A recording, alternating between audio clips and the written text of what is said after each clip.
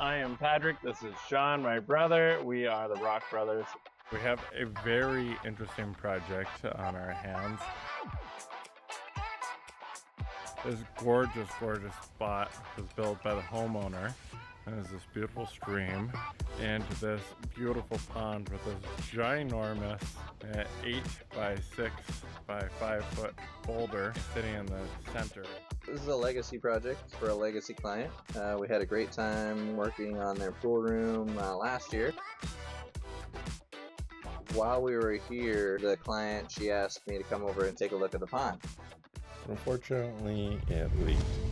They used 6x6 beams to build the walls of the pond, but the liner does not hold, and groundwater seeps in and pond water seeps out.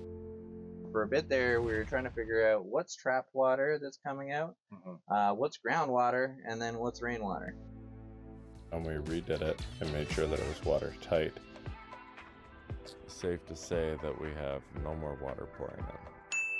Now over here we have a unique setup. We're going to be putting in a skimmer, but then we're actually going to be distributing the plumbing and piping along the bottom as jets.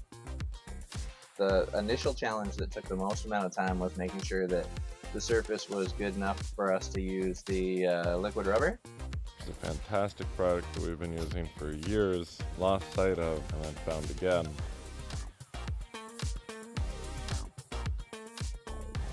Okay, this is what we've come into. The water level was to the base of the rock.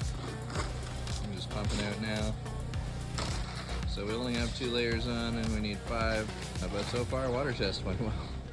Just filled up the pond here. We're gonna do a water test. We have 5 coats of our Rhiannon liquid rubber on. This is about the height I think we're good to test at. I have marked the line. Come back in a day or 2 and see how she is. Great news. We have not dropped at all, so I think we're doing fantastic. Now we're setting up the spray.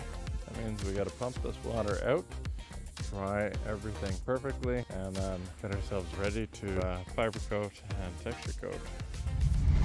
We've matched the natural wood build, but with concrete, and then we waterproof below the rock, and then carved that pedestal to look like the natural rock itself. Can't wait to see this guy finished and see the fish swimming through. I really think it's going to be an incredible one. Update time. We have begun and nearly finished painting all the rock. We're dry laying out all of our plumbing for jets to help increase circulation so that when this waterfall is not on, we will still be able to have a free-flowing pond. And then we are going to create a faceplate so that the wood looks like it's coming across and on top to hide the skimmer. A lot of cool details in here. I think we nailed the coloration, especially when it's under water. We are going to have river stone on the base, on the bottom, not everywhere, but a few spots. We have to mulch all in here.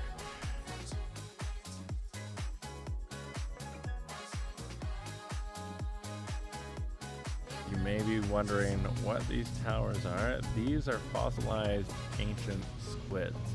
Absolutely gorgeous. I have 3 of these towers that I love. We have our first fish cave and now our second with a full log.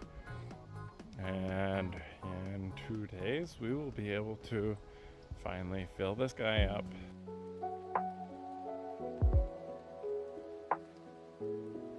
Alright, today's the day. We finally get to fill this guy up and turn it on.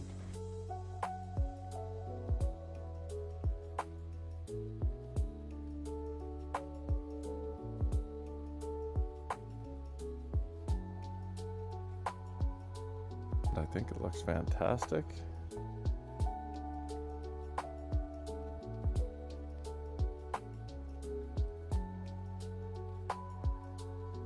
Want to take the time to express our gratitude to be able to be part of a project like this. It was an absolute pleasure to build for clients that were absolutely incredible, and I just wanted to give a big shout out to our entire team, as we had a lot of fun with this. Challenges with groundwater and rain and cold.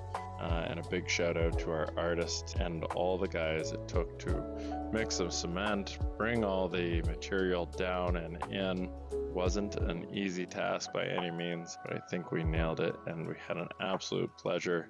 And I cannot wait to start the next project. So I would really appreciate it by leaving a comment telling the team what a great job they did.